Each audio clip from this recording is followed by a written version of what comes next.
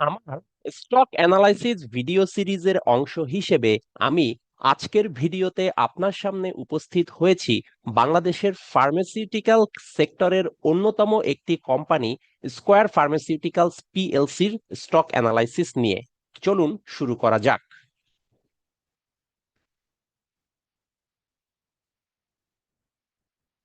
আচ্ছা, এখন আমি আজকের ভিডিওতে এই স্কয়ার ফার্মাসিউটিক্যালস পিএলসির যেই স্টক কন্ডিশন প্রেজেন্ট মার্কেটে, বিশেষ করে ঢাকা স্টক এক্সচেঞ্জে, সেটার একটা ব্রিফ একটা রিভিউ আপনার সামনে উপস্থাপন করব, সো দ্যাট আপনার ওভারঅল একটা অ্যাসেসমেন্ট হয়ে যায় কোম্পানিটির বর্তমান স্টক পজিশন নিয়ে। তো ঢাকা স্টক এক্সচেঞ্জ পিএলসি তে, যেটা স্কয়ার ফার্মাসিউটিক্যালস পিএলসি, যেটা বাংলাদেশের অন্যতম একটা ফার্মাসিউটিক্যাল কোম্পানি, যেটার ওষুধ আমরা প্রায় সবাই খাই, প্রায় সব ফার্মেসিতে আমরা স্কয়ার ফার্মাসিউটিক্যালস এর ওষুধ দেখতে পাই। তো যেহেতু আমরা এটার ওষুধ খাই, এটা ফার্মেসিতে আছে, বা ডক্টররাও তাদের বিভিন্ন প্রেসক্রিপশনে যখন এটা রেফার করে, প্রেসক্রাইব করে, সো তার মানে হচ্ছে তাদের প্রোডাক্টের মান ভালো। মান ভালো বলেই কিন্তু ডক্টররাও প্রেসক্রাইব করছে, বা মানুষও কিনছে, বা আমরাও কিনছি। আমাদের প্রায় প্রত্যেকের ঘরে ঘরে কিন্তু কোনো না কোনো স্কোয়ারের ওষুধ আছে। আবার স্কোয়ার হসপিটালস যেটা আছে, দেশের বেসরকারি খাতের অন্যতম একটি ভালো বা নাম করা একটা হসপিটাল, এই স্কয়ার হসপিটাল লিমিটেড। সেই স্কয়ার হসপিটাল কিন্তু প্রায় অর্ধেক শেয়ারের মালিক হচ্ছে স্কয়ার ফার্মাসিউটিক্যালস পিএলসি। দুটোই স্কয়ার গ্রুপের আন্ডারে। তো স্কয়ার ফার্মাসিউটিক্যালস কিন্তু স্কয়ার হসপিটালেরও অ্যারাউন্ড 50% শেয়ার হোল্ড করে। তো যাই হোক, এখন 21 মে 2026 তারিখ পর্যন্ত এখানে আপনি দেখতে পাচ্ছেন যে Square Pharmaceuticals PLC share price হচ্ছে 209 টাকা 30 পয়সা at the end of the trading hour.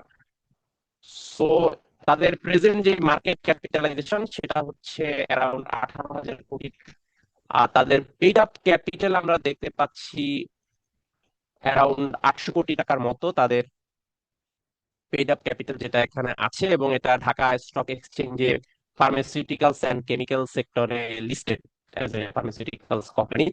এবং তাদের বছর শেষ হয় 30শে জুন। অর্থাৎ এখানে যেটা দেখতে পাচ্ছি যে 30শে জুন 2025-এ তাদের যে বছরটা শেষ হয়েছিল, সেটার এগেনস্টে তাদের এজিএম অনুষ্ঠিত হয়েছিল 15ই ডিসেম্বর 2025-এ। অর্থাৎ বছর শেষ হওয়ার প্রায় 6 মাস পরে 2025-এর 15ই ডিসেম্বর তাদের এজিএম অনুষ্ঠিত হয়, এবং সেই এজিএম এ তারা ডিক্লেয়ার করে তাদের শেয়ার হোল্ডারদের জন্য 120% ক্যাশ ডিভিডেন্ড, অর্থাৎ শেয়ার প্রতি 12 টাকা করে তারা লভ্যাংশ ঘোষণা করে বিনিয়োগকারীদের জন্য, যেখানে প্রতি শেয়ারের ফেস ভ্যালু হচ্ছে 10 টাকা।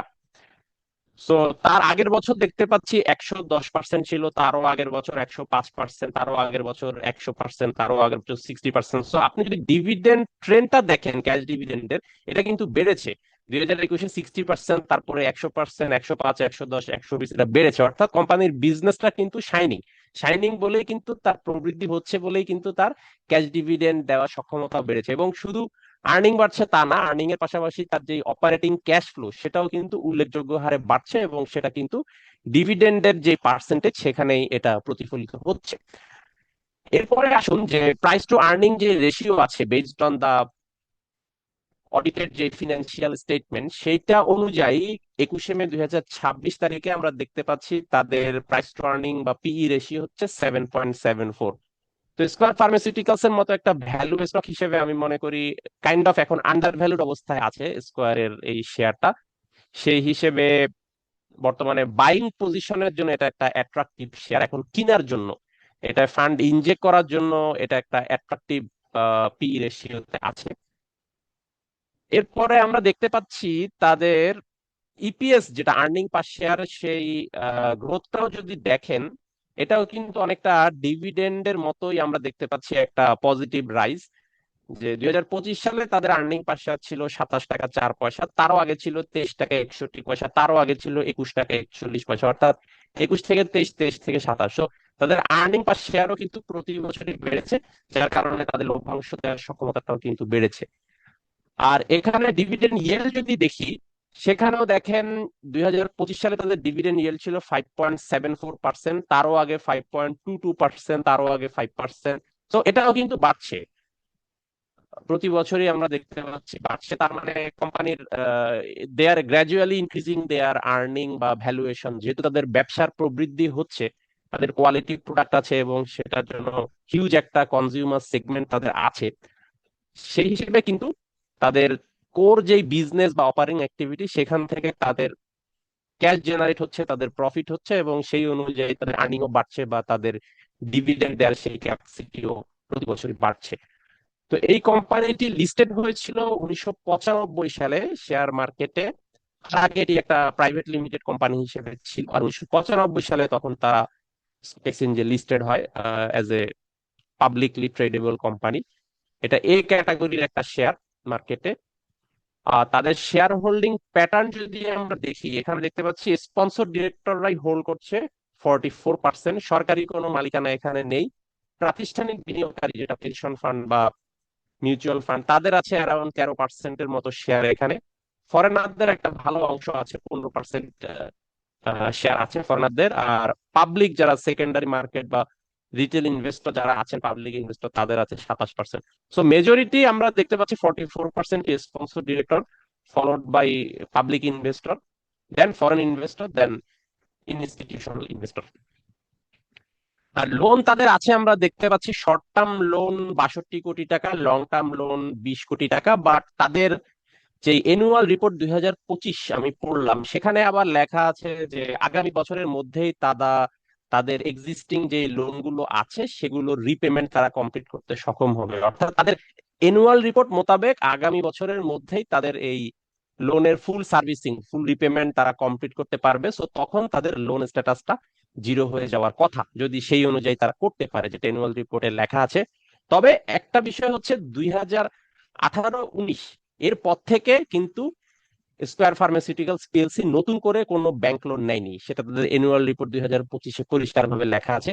এই লোন যেটা দেখতে পাচ্ছেন আপনারা, সেটা হচ্ছে 2018-19 বা তার আগের লোন।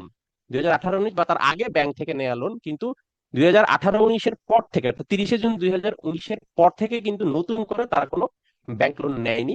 আগের যেই ব্যাংক লোনের রিমেইনিং পার্ট সেটা এখানে আছে, বাট সেটাও তাদের অ্যানুয়াল রিপোর্ট অনুযায়ী আগামী বছরের মধ্যে ফুল রিপেমেন্ট কমপ্লিট হয়ে যাবে। তখন তাদের এই লোনের যে বার্ডেন সেটা জিরো হয়ে যাবে, তখন আর ডেট জিরো হয়ে যাবে অ্যাজ পার দা অ্যানুয়াল রিপোর্ট স্টেটমেন্ট। আর তাদের হেড অফিস আমরা দেখতে পাচ্ছি স্কোয়ার সেন্টার, যেটা মহাখালী। আর ফ্যাক্টরি তাদের পাবনায় একটা ফ্যাক্টরি আছে, এছাড়া গাজীপুরের কালিয়াকৈরে তাদের আরেকটা ফ্যাক্টরি আছে। তো এই হচ্ছে মোটামুটি সংক্ষেপে স্কোয়ার ফার্মাসিউটিক্যালস পিএলসির একটা ব্রিফ একটা অ্যানালাইসিস। সো আমরা দেখতে পাচ্ছি তাদের আর্নিং পার শেয়ারও যেমন রাইজিং ট্রেন্ড, ডিভিডেন্ড দেয়ার যে ক্যাপাসিটি, ডিভিডেন্ড পার্সেন্টেজ বা ডিভিডেন্ড ইয়েল, সেটাও rising trend. They have good governance, good management and good cash flow from their core business বা অপারেটিং অ্যাক্টিভিটি, যেটা ফার্মাসিউটিক্যাল প্রোডাক্ট সেল করা। তো সেই হিসেবে অবশ্যই এটা কিন্তু ঢাকা স্টক এক্সচেঞ্জে লিস্টেড একটা ভ্যালু স্টক।